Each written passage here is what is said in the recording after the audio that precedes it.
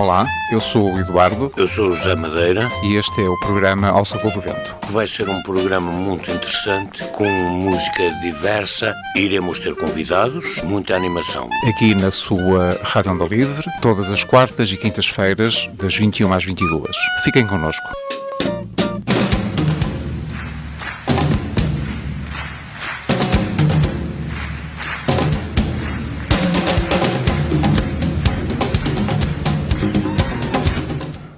Muito boa noite, bem-vindos. Este é o programa Ao Sabor do Vento, na Rádio Onda Livre, em 87.7, 106.0 FM e também na internet em ondalivrefm.net. Fiquem connosco, temos hoje na nossa emissão o Sr. Nuno Moraes, médico veterinário, e vamos conversar sobre animais de companhia. Voltamos dentro de alguns instantes.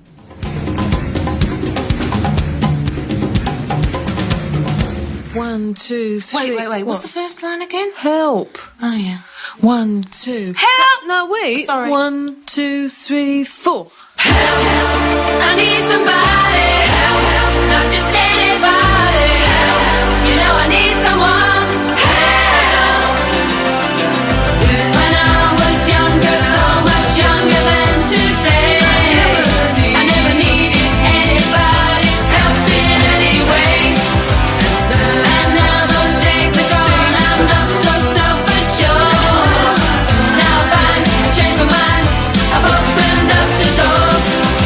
Help me if you can, I'm feeling down, down, down. To appreciate you being round, round, round. Help me get my feet back on the ground, ground, ground, ground. Won't you please, please help me? Pete, look, I think I'm a bit toppy. Yeah, and I'm a bit bottoming, Pete. And now my life has changed in so many ways. My independence seems to vanish in the haze. But every now and then I feel so insecure. I know that I just need you like I've never done before. Help me if you can, I'm feeling down. Help! And I do appreciate you being round. Help! Help me get my feet back on the ground. Help! Won't you please, please help me? They are going to take the bananas off here, aren't they? Yeah, they're just doing backing vocals. We're singing the medley. Well, we better be, otherwise there'll be trouble. When I was younger, so much younger than today, I never needed anybody's help. Anatole France disse um dia o seguinte: até amarmos um animal, parte da nossa alma permanece adormecida. O senhor concorda com isto? Sim, concordo. Sabe que na minha profissão, ao longo destes 24 anos que já levo, eu às vezes o que me custa mais, quando nós começamos a trabalhar, temos sempre o sentimento de omnipotência, ou seja, que somos capazes de salvar qualquer animal, que as coisas correm sempre bem, mas muitas das vezes chegamos ao final e por muito esforço que se tenha, por muito esforço que se faça, muitas das vezes as coisas não correm porque os animais não são máquinas, são seres vivos e, portanto, muitas das vezes as coisas não correm tão bem como a gente quer. E o que mais custa é aquele olhar de quem olha para nós e que pede que a gente faça alguma coisa e que nós tentamos tudo e muitas das vezes conseguimos e é uma alegria imensa. Apetece saltar e gritar e dizer que tudo correr bem e sair para a rua cumprimentar toda a gente, mas também há aquelas alturas em que a gente vai para casa e só se quer meter na cama e muitas das vezes as imagens e os acontecimentos passam-nos à frente dos olhos e a gente não adormece e são situações duras. Eu penso que acontecem a qualquer profissão, mas muito mais nesta, e é terrível. Imagino que sim, eles não falam, mas o olhar do animal fala e fala muito, não é? E nós somos a voz deles. Nós somos a voz deles. Temos essa responsabilidade quando adotamos um animal de estimação, seja ele qual for, temos a obrigação de o defender. Mas também temos a obrigação de o conhecer primeiro. Sim, sabe que isto, eu digo isto várias vezes, eu penso que ter um animal é como um casamento, ou seja, em que nós nos apaixonamos à primeira vista, neste caso porque o cão ou o gato é pequenino, é bonito, e depois ao longo da vida e ao longo do crescimento dele vamos vendo que o animal vai crescendo, aparecem algumas crises porque faz o xixi ou faz o cocó ou rasga qualquer coisa que a gente não gosta, mas é uma progressão ao longo da vida, a gente vai se conhecendo e portanto penso que nós vamos vendo, vamos nos adaptando ao animal, o animal vai se adaptando a nós. Eu até digo várias vezes que o animal é o espelho do dono, não é? E portanto, se me aparece, se eu lido com uma pessoa, com um proprietário ansioso, normalmente o bicho também reflete um bocadinho isso. Se lido com uma pessoa mais alegre, mais extrovertida, também o animal é o espelho disso. E no fim de contas, muitas das vezes eles são realmente isto, ou seja, são o nosso espelho. Eu vejo por mim, ou seja, tenho gatas, tenho cães em casa e pronto, trato-os como se fosse, eu até digo várias vezes, tanto que elas mandam mais do que eu em casa, porque é verdade. Não é? Ou seja, normalmente adaptamos a nossa vida aos animais. Uma pessoa muitas das vezes quer ir de fim de semana e não pode ir porque não tem quem dê de comer ao cão ou ao gato e fica. Muitas das vezes aquele cuidado que se tem em que não apanhem frio, em que não apanhem chuva, ou seja, estes cuidados todos penso que terão que ser interiorizados pelas pessoas que adquirem um animal ou que têm um animal.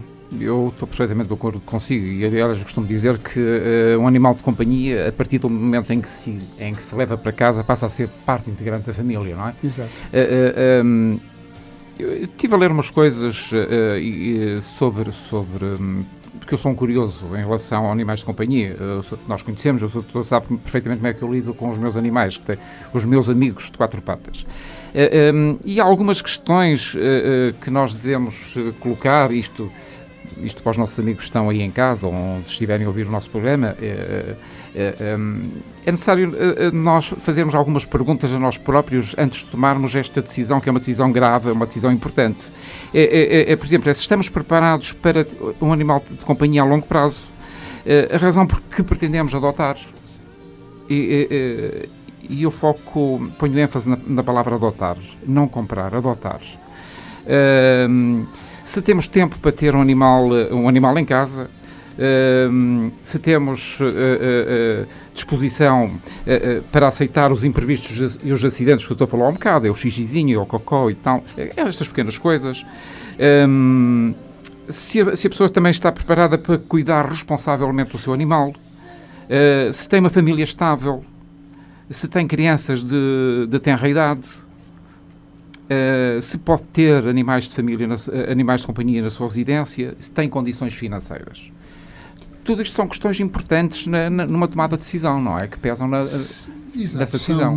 Mas deixe-me que lhe diga uma coisa. É assim, muitas das vezes nós vamos pensar nesses factos todos. Eu entendo até onde é que quer chegar, mas vamos pensar nesses factos todos, muitas das vezes não há hipótese, ou seja, é só obstáculos para ter, portanto, é com o animal.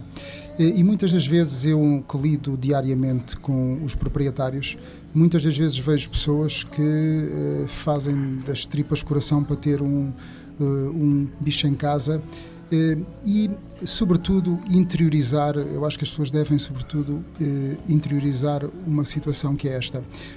Um animal que entre numa residência, a partir dessa altura, penso que deve ser tratado como um habitante a mais na família. E isto implica que deve ter, quando ele crescer, ou seja, deve ser tratado como uma criança. É tratado até ao ano, porque ele, no fim de contas, só atinge a idade adulta por volta do ano e meio. Temos um problema atualmente, que não é problema real, mas que na prática acontece, tem a ver com o facto da esperança média de vida dos animais ser cada vez maior. Ou seja, com todos os cuidados veterinários. Eu até digo, eu tenho muita gente que me diz várias vezes que trata melhor os animais do que trata os filhos, no sentido dos cuidados de saúde mais básicos, da vacinação, a desparasitação, muitas das vezes até o cuidado com a alimentação. E, portanto, essas pessoas e esses cuidados que elas tomam fazem com que os animais durem cada vez mais anos. Isso faz com que o animal atinja o que nós identificamos agora na nossa área como a idade sénior, ou seja, a idade a partir dos 7, 8 anos de idade.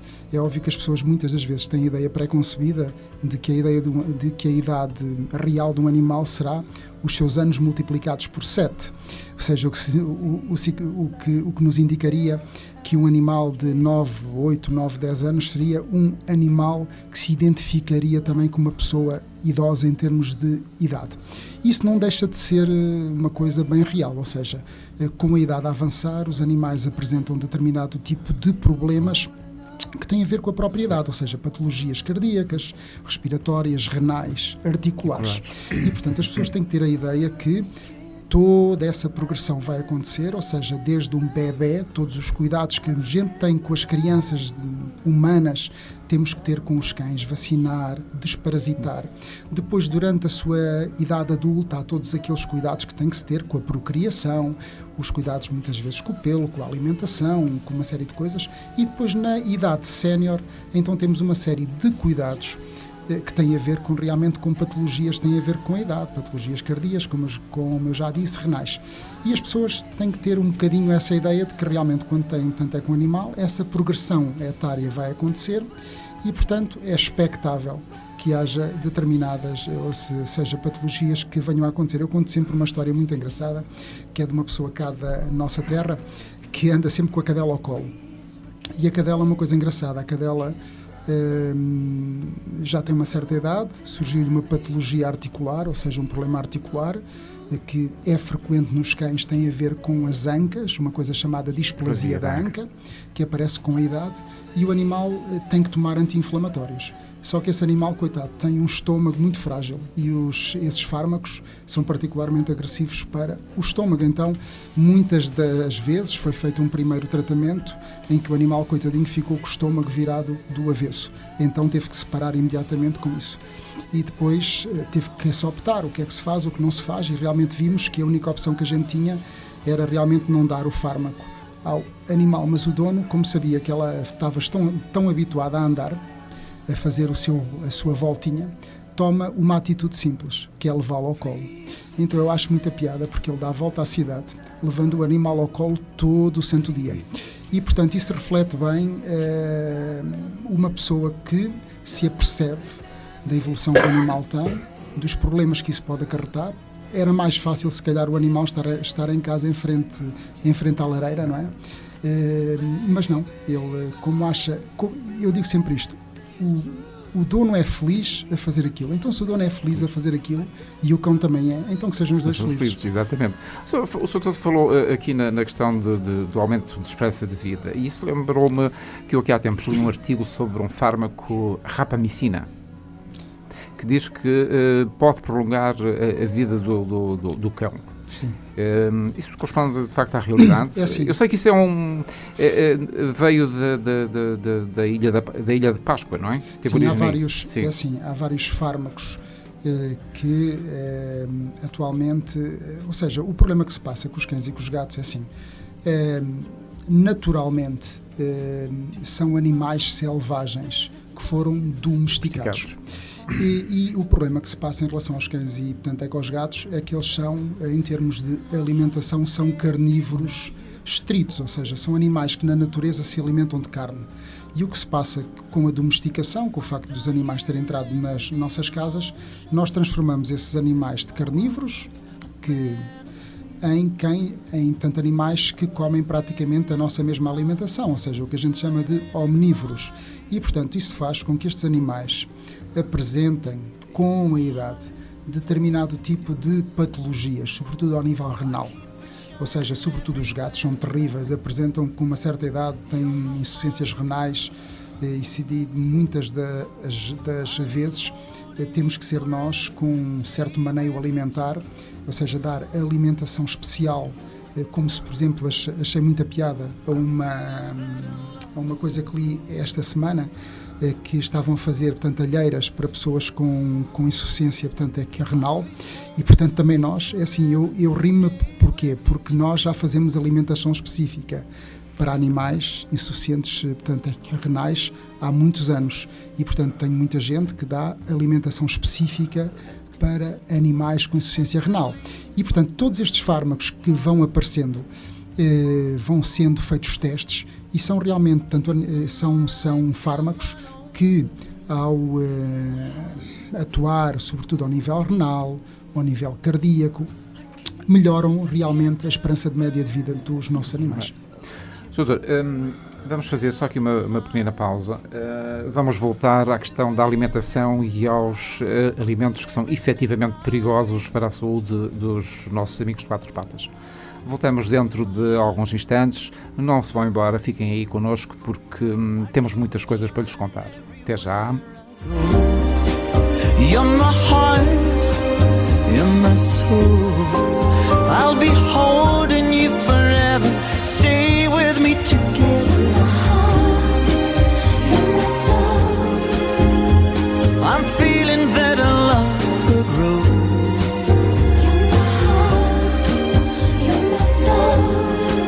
I'll be holding you forever. Stay with me together.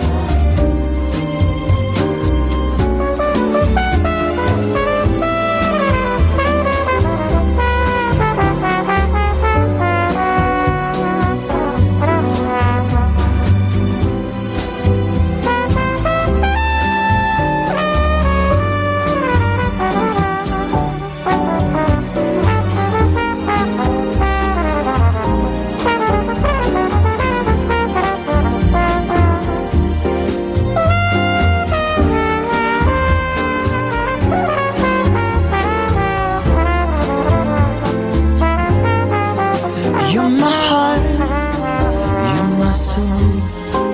I keep it shining everywhere I go. You're my heart, you're my soul. I'll be holding you forever. Stay with me together. I'm feeling that our love will grow.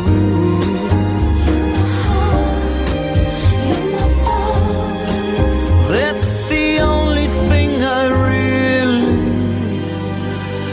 know.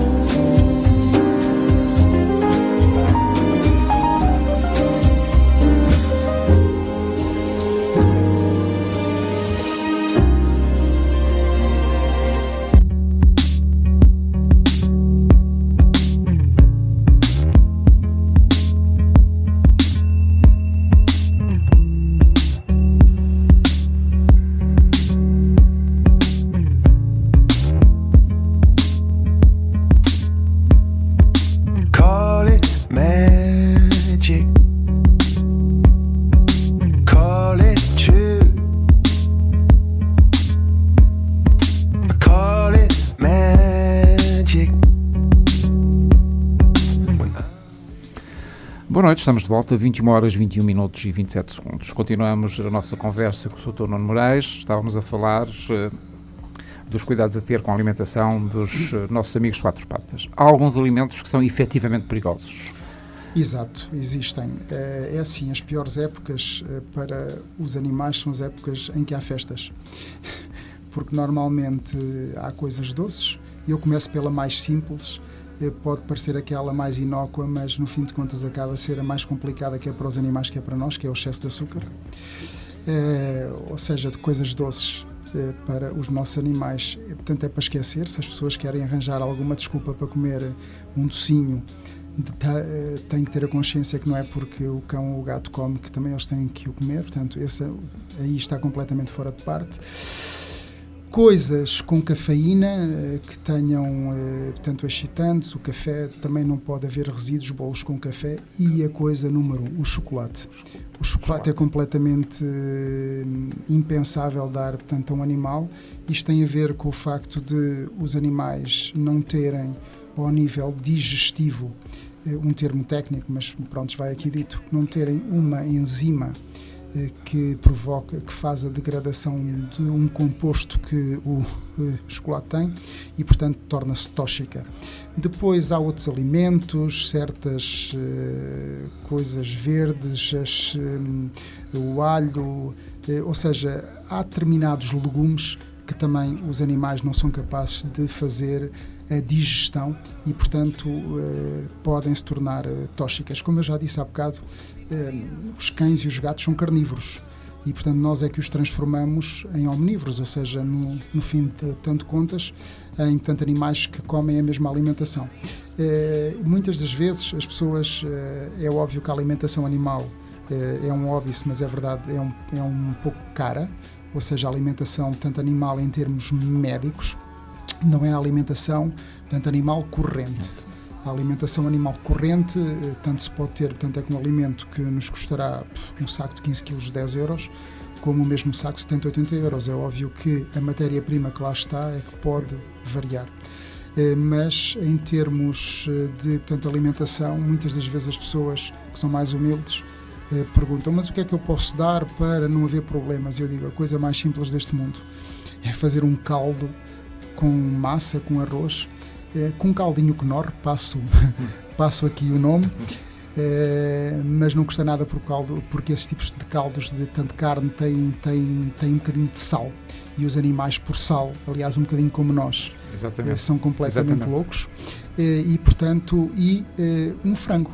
A carne de frango é uma carne bastante aconselhada, aliás, as carnes brancas são carnes aconselhadas para, portanto, é que os animais, tendo o único óbice que dá uma trabalheira, que é tirar os ossos. Não é? Porque são ossos que formam espículas, que formam pontas e podem, portanto, agredir, podem provocar lesões graves ao nível do esófago, do estômago, da parte intestinal, e, portanto, nós temos um certo cuidado. Mas, realmente, uma alimentação padrão será essa. E depois há um óbice que é este. É óbvio que se nós comêssemos todos o dia arroz com frango, era uma chatice, não é? Mas os animais têm uma coisa engraçada. Os animais, os cães e os gatos, neste caso, são animais de hábitos. E, portanto, o que é que significa isto? Significa que eles não se chateiam minimamente por comer todos os dias arroz com frango. Nós pensamos que eles não gostam muito, mas não tem problema rigorosamente algum. Aliás, em termos de saúde, é muito mais certo, correto, haver essa alimentação padrão. E, portanto, com essa alimentação, os animais, em princípio, estamos a falar de uma alimentação que é o que a gente diz chamada hipoalergénica, ou seja, que não terá grande hipótese de provocar uma alergia alimentar. É uma alimentação que nos fornece, através do arroz e da massa, um componente energético bom para o animal, e através do frango um componente proteico também bastante bom.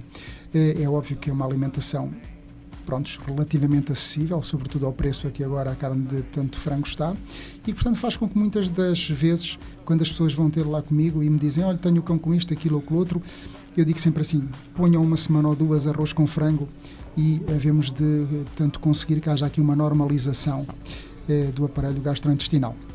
E, portanto, será este cuidado mais ou menos. É óbvio que depois, nas relações comerciais, há marcas muito conhecidas, há marca menos conhecida. Há uma coisa que as pessoas também têm que ter em consideração, e é uma curiosidade. As pessoas, não sei se sabem, mas os cães e os gatos não suam. Ou seja, o que é que significa isto? Suam só pelas almofadinhas das patas. Isto faz com que um cão, por exemplo, quando chega, portanto, é que o verão, esteja sempre de boca aberta e as pessoas dizem, está cansado. Não, ele não está cansado, ele está a perder o calor em excesso e, portanto, o ar ao entrar e sair da boca, há um arrefecimento do ar, porque a boca está úmida, portanto, faz com que haja uma perda de calor. Isso faz com que no verão, é óbvio, os animais comam muito menos. E às vezes, tenho muitas vezes casos engraçados, as pessoas chegam ao pé de mim e dizem, o cão não está a comer nada.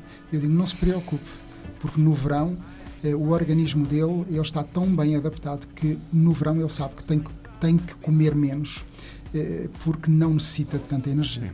Claro que chega ao inverno e aí é que a gente vê realmente as qualidades dos portanto, alimentos que se compram, ou seja, muitas das vezes o animal, como tem muita dificuldade em regular a temperatura corporal, então acontece-lhe uma coisa, tem que ingerir muito mais energia. E, portanto, aí é que nós vemos realmente a qualidade de um alimento, a diferença que há entre um alimento que provavelmente custará 5 ou 6 euros, de um alimento muito mais caro, porque realmente as matérias-primas que ali estão para a alimentação deles são muito diferentes. Soutor, vamos abordar uma questão que muita gente tem curiosidade em saber. É a questão da desparasitação interna e externa. Interna, fármaco, seguramente, não é? Externa, põe-se a questão coleira, pipeta, enfim. É assim... Começando pela desparasitação interna. É assim, desparasitação interna, a maior parte dos parasitas que afetam os cães e os gatos, em termos internos, a maior parte deles estão alojados no intestino. E, portanto, embora haja outros que possam estar ao nível tanto do pulmão e noutros sítios, mas genericamente poderemos considerar que a maior parte deles estarão na zona do estômago e do intestino. O que é, portanto, aconselhável é fazer uma desparasitação no início da vida do animal, fazer uma desparasitação mensal até aos 6 meses. A partir daí já poderá haver um espaçamento maior, 3 em 3 meses, 4 em 4 meses, conforme muitas das vezes o ambiente onde o animal vive. Se o animal vive em casa, é óbvio que a possibilidade de ser contaminado é muito menor e aí poderemos dar um desparasitante de 6 em 6 meses. Se o animal, por exemplo, vive na aldeia e corre feliz e contente pelos campos e contacta com outros animais ou está num rebanho, é óbvio que aí há uma contaminação muito mais forte e, portanto, aí a desparasitação deve ser muito mais curta, ou seja, de ser feita com um intervalo de 2, 3 meses no máximo dos máximos. Em relação à desparasitação externa, a desparasitação externa, eu digo várias vezes, é uma luta constante para nós. Isto porquê? Porque os cães e os gatos ou seja, as pulgas e carraças e piolhos não são uma doença dos cães e dos gatos. As pulgas, os piolhos, as carraças são uma doença do meio ambiente que podem afetar todos os animais de sangue quente, até nos podem, portanto, afetar a nós. Muito bem. Doutor, vamos continuar, temos os compromissos publicitários aí a chegar, vamos continuar o tema destes cuidados de saúde. Fiquem aí, nós voltamos dentro de breves minutos. Picking up the good time, my lovers is sunlight. Keep the goddess on my side. She demands a sacrifice. Drain the whole sea, get some shiny, something needy for the main course. It's a fine looking high horse. What you got in the stable? We've a lot of starving faithful. That looks tasty, that looks plenty. This is hungry word. Take me to church. I worship like a dog at the shrine of your light. I'll tell you my sins so you can sharpen your knife. Offer me my deathless death.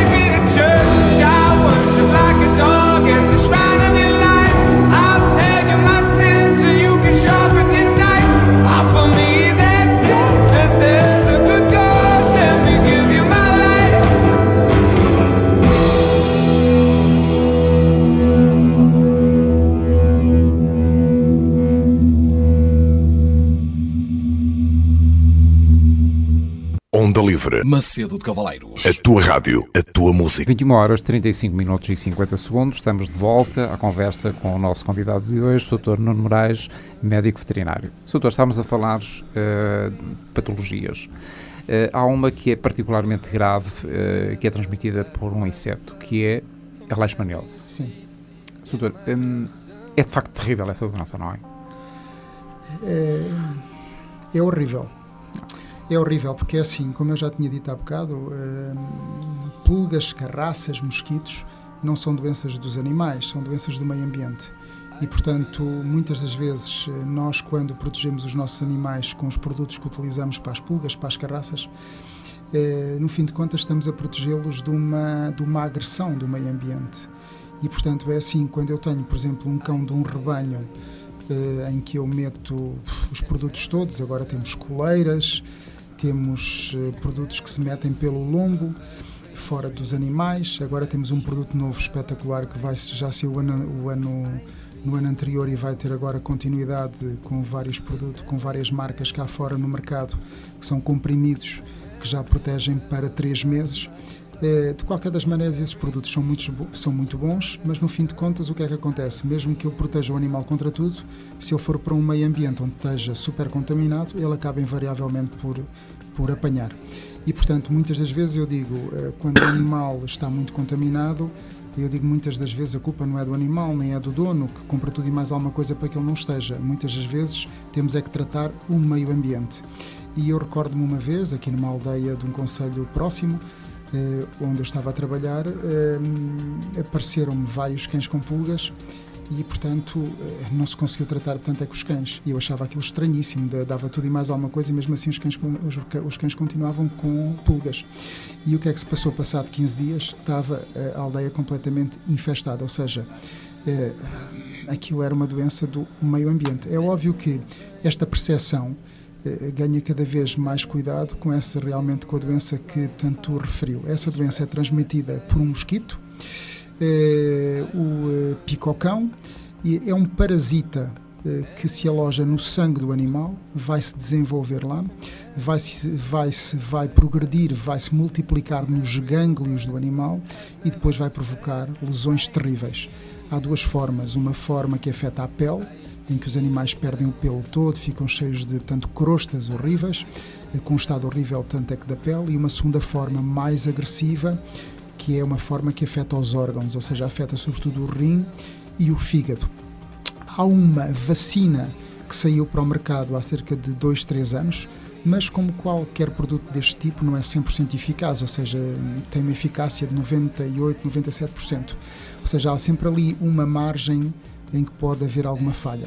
De qualquer das maneiras, eu digo várias vezes tanto às pessoas que para proteger os animais contra este problema há que utilizarmos todas as armas que nós temos, ou seja, aplicar coleiras inseticidas, há uma coleira até própria para que protege contra o mosquito, utilizar produtos pelo lombo, portanto spot-ons, como se chamam, utilizar, portanto, os comprimidos e vacinar os animais. Mesmo assim, existe a possibilidade de serem contaminados. Há só aqui uma nuancezinha que eu queria comentar, que era o facto de o mosquito picar os animais nas alturas de lusco-fusco, ou seja, entre as 6 e 9 da noite, entre as 6 da tarde e as 9 da noite, estamos a falar em alturas em que a temperatura ambiente sobe para cima dos 15 graus, em que o mosquito se torna ativo. Portanto, estamos a falar a partir de março, abril, até mais ou menos outubro, e, portanto, aí tentar proteger os animais nas alturas de lusco-fusco, ou seja, 6 da tarde, 9 da noite, e depois 7 da manhã, 6, 7 da manhã até às 9, 10 da manhã. E uma coisa que deve ser completamente banida, que muitas das pessoas têm o hábito, que é meter uma lâmpada por cima da casota do cão, ou meter iluminação por cima da casota do cão. Isso faz com que haja atração de mais mosquitos e, portanto, tenha mais probabilidade dessa contaminação acontecer. Outra das coisas é evitar a acumulação de águas residuais junto às casotas dos cães, porque os mosquitos são bastante atraídos por esses charcos e, portanto, claro que essa contaminação dos animais pode acontecer. São sempre esses cuidados todos, ou seja, muitas das vezes As pessoas chegam ao consultório com o cão picado, com o cão cheio de carraças, pulgas, mosquitos, isto, aquilo ou aquilo outro, e depois aparece, eu digo sempre para as pessoas verem se o filho não terá, se a mãe, porque há um cuidado que nós temos que ter com as crianças e com as pessoas mais idosas. Muitas das vezes os adultos não têm, mas as crianças aparecem sempre também com uma lesão, uma ou outra, pelas pulgas, as pessoas mais idosas, portanto, a mesma coisa, porque os animais são vistos realmente como uma pessoa, como um ser que também existe, portanto, em casa, e muitas das vezes eles são o espelho. Achei piada, desculpa, no andamento disto, conto uma história muito engraçada, que era uma senhora que me comentava que o cão estava com pulgas. E depois ela começou a aparecer também com umas marcas tanto das pulgas, e chegamos à conclusão, para muita tristeza dela, que era a cama dela que estava contaminada. e portanto o cão foi o primeiro aviso de que a cama estava contaminada. E porquê é que a cama estava contaminada? Porque a senhora lavava a roupa e tinha um hábito, diz ela, antigo já, de meter a roupa na relva a secar. Então havia a contaminação daquela roupa de cama, as pulgas todas contentes iam lá para a cama, como é uma zona normalmente mais quente e mais úmida, lá ficavam, e o cão, coitadinho, que ia para a cama também alojar-se e dormia nos pés da cama, foi, portanto, é que o primeiro a ser atacado, a ser atacado, e apareceu como culpado quando não tinha culpa nenhuma, não é? Muito bem. José, tu há um bocado dizias-me que querias perguntar ao doutor qualquer coisa sobre banhos, não era? Queria, sim. Porque foi uma questão que me colocaram há bocadinho. Os banhos para cães e gatos devem ser semanais, mensais, anuais, com periodicidade, doutor? Ou não se lhe deve dar, não sei. É assim, deve-se dar banho aos cães quando estão sujos, e se justifica isso. Quando não estão sujos, não é pela questão de que o cão cheira a cão que se deve dar banho, ou seja, isso não vai tanto é que resolver nada. O cão cheira a cão, porquê? Porque nisso os gatos são mais higiênicos. Porque o cão, há determinadas bactérias que existem na pele que fazem com que se produzam determinados produtos que provocam aquele odor. E, portanto, por mais banhos que a gente deia, portanto, ao cão, o cão passado 2, 3 dias vai ter aquele cheiro. E não corre o risco de aumentar o cheiro? Não. Não perdem características e defesas? Não é? Perdem. O que se passa é que na pele dos cães há uma camada de gordura. Aliás, há uma imagem muito característica, que é aquela imagem quando os cães se molham e se agitam todos, a água ser completamente expulsa, não é? E, portanto, o que se passa é que essa camada de gordura, essa camada hidratante da pele é removida pelos banhos excessivos, e a tendência que a pele tem é ficar escamosa, ficar com aquela ideia, com aquela imagem de tanto caspa. E, portanto, o que se recomenda, no fim de contas, portanto, em relação a isto, é muito simples. Até aos 2, 3 meses de idade, não aconselhamos a dar banho ao cão. Ou com pó de álcool e depois escovar o cão, ou com aqueles toalhetes que há, portanto, higiênicos, que se compram, que têm uma leve base alcoólica. Pode ser feita a limpeza do pelo a contrapelo, no sentido contrário à orientação do pelo. A partir dos 3, 4 meses, eu digo sempre assim, quando o cão estiver sujo, deem-lhe banho. Agora, não é por o cão cheirar a cão que lhe vão sistematicamente dar banho, porque não há necessidade disso. O Potal, que é um bom produto para se utilizar, colocar e, portanto, escovar, e funciona bem. É óbvio que se o cão vai para a rua, vem todo enlameado, claro que podem dar banho, não é? O problema que se passa muitas das vezes é que no inverno, por exemplo, os banhos, por mais depois que as pessoas sequem os animais, o pelo não fica seco, fica úmido, e portanto o animal vai estar ali horas e horas e horas até que o pelo fique seco, e portanto depois isso pode lhe trazer complicações em termos de alguma, portanto, infecção respiratória, alguma coisa desse tipo. E também tem outro facto, que é muitas das vezes as pessoas dão banho com produtos que utilizam na sua higiene em casa, e shampoos, amaciadores para o ser humano não são os produtos ideais para o pelo do cão. Faz muitas das vezes aquele facto, muitas pessoas me dizem que dei banho ao cão e a partir desse dia lambe-se todo e arranha-se todo, é óbvio, porque O cão há muitas das vezes portanto, animais que são alérgicos a determinados produtos e que nos fazem isso. Eu lembro-me sempre de uma senhora que por acaso agora, portanto, emigrou para Angola e que deixou o cão com o pai. Ela residia, portanto, em Lisboa. E trouxe o cão para cá e o cão, desde que estava cá, fez uma alergia cutânea enorme, terrível. E nós andamos aos papéis completamente ali a ver o que é que se passava, o que é, o que não é alérgico a isto, é alérgico àquele outro. Mandou-se a análise, foi uma coisa terrível, mandou-se um bocadinho de pele do cão para a Espanha, para uma portanto, a universidade que faz esses testes, e chegou-se à conclusão que o animal era alérgico à flor da oliveira. Ou seja, um cão em Trás-os-Montes ser tanto alérgico à flor da oliveira deve ser terrífico, porque problemático. Terrível, porque o que há de mais aqui são oliveiras, não é? De modo que muitas das vezes temos que pensar 2 ou 3 vezes, olhar para o animal, olhar para o problema, avaliar, verificar o que se passa e o que não se passa, e portanto, porque o hábito que ela tinha era praticamente, ela portanto, é que indicava que só dando banho é que o animal estava mais calmo, e é lógico, porque dando banho removia-lhe aqueles pólenes todos, aquelas coisas todas, mas até que se fosse ter a origem que lhe provocava aquilo, foi terrível. Mas, como eu já disse, assim, quantos menos banhos melhor. Os gatos então banhos nem vê-los, até porque são muito higiênicos, e qualquer odor estranho que tenham no corpo ficam incomodadíssimos e lambem-se todos. Os cães toleram mais. O que eu digo sempre é, se o cão está sujo, se tem lama, se está sujo com outra coisa qualquer, sim senhora, dá-lhe banho. Agora não é daquelas coisas que seja estar a dar banhos sempre em continuidade. Doutor, eu sei que já falámos na questão da alimentação, mas tinha aqui 2 questões muito rápidas para lhe colocar. Relativamente aos cães, podemos lhe dar peixe desde que se lhe retirem as espinhas? Esta é uma. Poder pode. Não é uma alimentação ideal para os cães, mas poder pode. Mas convém dar com certo cuidado. Os cães, em relação ao peixe, eu digo isto, eu não gosto de tanto frango, e os cães em relação ao peixe são como eu com o frango, ou seja, com caril ainda vai, agora normal é difícil. Ok, a outra pergunta também é muito rápida, e isto porque vemos vulgarmente na rua quer cães, quer gatos a comer erva, dizem que é um desparasitante, verifica-se?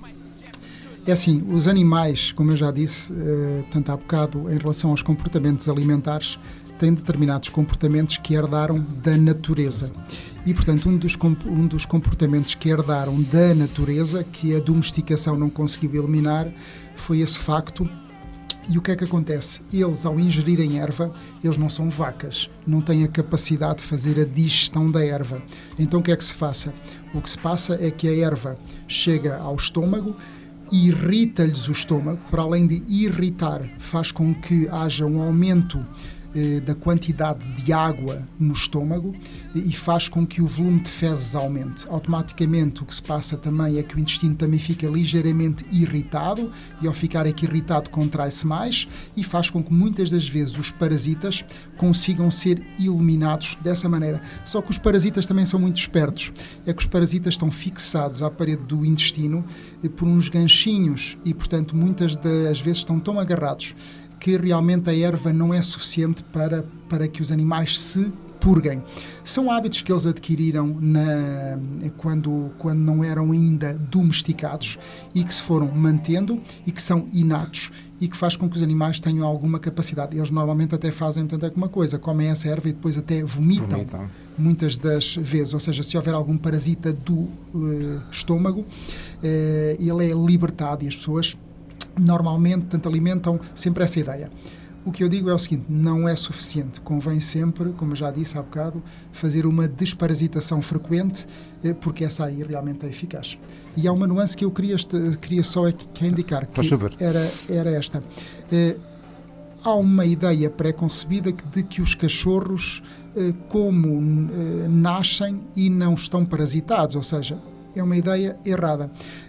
Ou seja, Normalmente, como eles convivem com a mãe naquele mês de amamentação e como muitos parasitas eliminam os ovos pelas fezes da mãe, como eles entram em contacto com a pele da mãe porque mamam e estão ali sempre em contacto com ela porque procuram zonas mais quentes onde se possam aninhar, e normalmente vão sempre aninhar junto ao peito dela, normalmente eles com muita facilidade ficam contaminados. E muitas das vezes é terrível. Nós vemos animais, chegamos, fazemos a desparasitação de animais com um mesinho, um mês e meio, e aquilo é uma carga parasitária, uma coisa terrível. E aí fica um tanto aviso. Estes parasitas podem, alguns deles, ser parasitas que também podem parasitar o homem. E, portanto, é conveniente fazer a desparasitação. Aliás, temos um parasita que é terrível, portanto, em Trás-os-Montes, que também, portanto, afeta, portanto, a espécie humana, que é o quistidático, portanto, é que na espécie humana, que é, portanto, a equinococose, que convém desparasitar o cão e o gato, sobretudo nas zonas rurais, para realmente prevenir que apareça na espécie humana o quistidático. E quando a gente pensa que são coisas que só aconteceram há 20, 30, 40 anos, não. São coisas que acontecem, portanto, atualmente, porque os animais convivem com as pessoas nas suas residências, não é? Exatamente. Doutor, só uma questão. Castração, sim ou não? Estava a fazer uma pergunta complicada. É assim... eu digo sempre, eu comento sempre isto ao longo destes anos, cheguei a esta conclusão. Nós devemos ser felizes com os nossos animais. Se por algum motivo achamos que a procriação pode afetar o relacionamento que temos com os nossos, portanto, animais, se realmente a cadela parir ou a gata parir nos vai provocar transtornos na nossa vida em casa, isto, aquilo, aquilo outro, isso sou adepto disso, acho muito bem. Se até somos pessoas que até temos modo de, se, por exemplo, temos um animal que até temos gosto em que ele faça a procriação e até temos amigos a quem dar os cães e a raça é uma raça ótima, ou o cão realmente tem umas aptidões, por exemplo, há um exemplo simples, por exemplo, nós, há quem presuma que os caçadores serão daqueles indivíduos que tratam piores os cães. E eu digo uma coisa abertamente, assim, se há alguém que trata bem os cães, são os caçadores. Porque os caçadores, sem um bom exército de cães, não há general que consiga fazer uma boa guerra, não é? Doutor, não sei se estarei muito de acordo consigo. A sério, eu vou dizer porquê. Porque há um costume bárbaro em Espanha, com os galos, que no final da época da caça são todos... Sim, mas isso são exceções. Isso são exceções. E são exceções. É assim, como em tudo, há coisas boas e há coisas más. A experiência que eu tenho em Trás-os-Montes, com os indivíduos que, portanto, caçam, são daqueles indivíduos que tratam bem os animais. E, portanto, são indivíduos que zelam para que os animais estejam, portanto, em bom estado. São indivíduos que têm outra coisa, que é o seguinte, ou seja, a sua atividade cinegética é uma atividade que só perdura durante certa parte do ano, portanto, durante o resto do ano tem que manter, portanto, é que os animais é um custo acrescido, mas mantém-nos sem os animais terem atividade nenhuma, e, portanto, a ideia que eu tenho aqui, claro que há exceções, como em tudo é que na vida, mas a ideia que eu tenho aqui é que são pessoas que até tratam bem, portanto, é que os animais cumprem todas as recomendações legais, vacinação antirrábica, uma série de situações, chip eletrónico, uma série de factos, porque também acontece alguma coisa. Se não cumprirem, não são autorizados a andar com o animal, portanto, é que no monte. E, portanto, se alguém que é fiscalizado quase em permanência todos os fins de semana se traz os animais com chip eletrónico, com as cadernetas todas em dia, são esses indivíduos, não é? E, portanto, aí a coisa estará mais ou menos controlada. Eu agora, não sei se estamos para terminar nisso, não, mas há uma questão que eu queria colocar ao doutor, só por mera curiosidade, porque acho imensa piada ao caso do Lúcio. Os cães têm um faro, um olfato apurado. Sim. Até que distância é que o podem usar? É assim, depende da raça.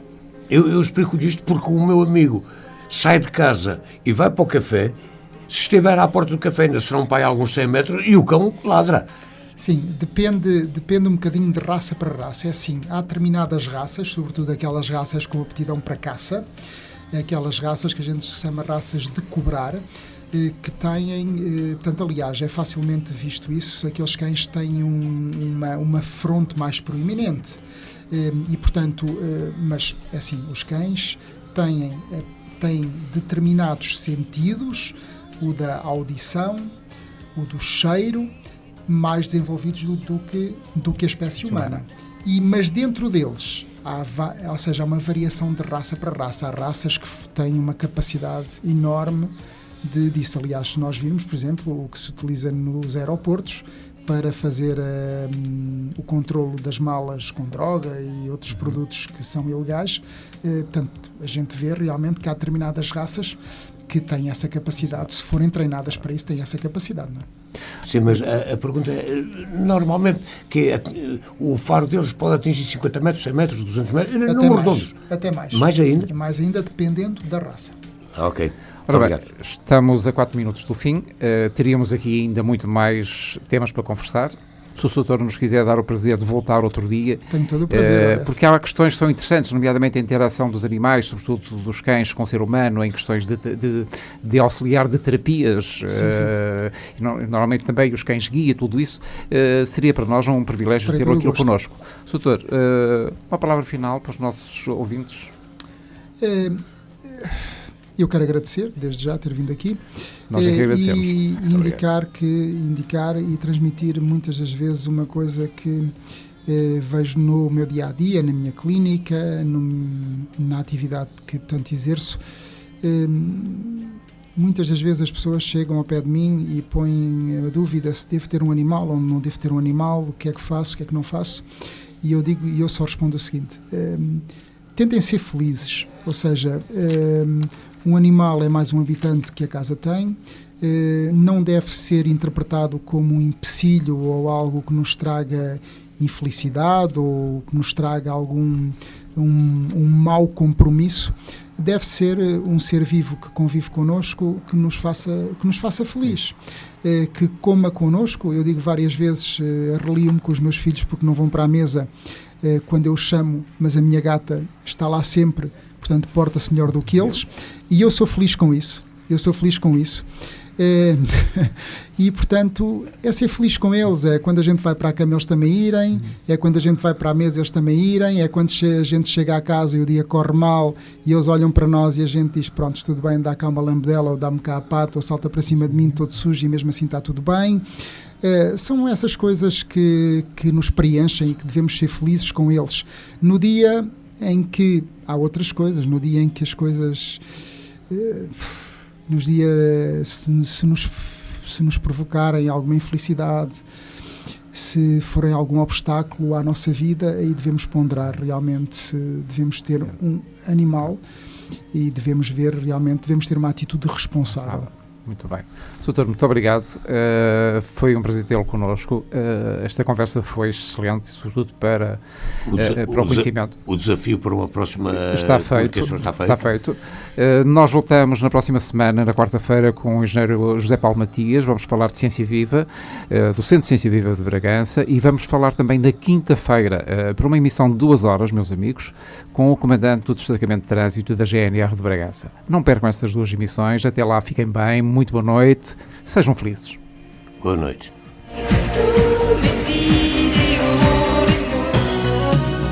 Fazer publicidade é vender mais. A Rádio Onda Livre leva mais longe a sua voz, a sua mensagem, o seu negócio, e dá-o a conhecer a milhares de pessoas todos os dias. Anuncie. Ligue já 278 428370. Anuncie bem. Anuncie Onda Livre FM.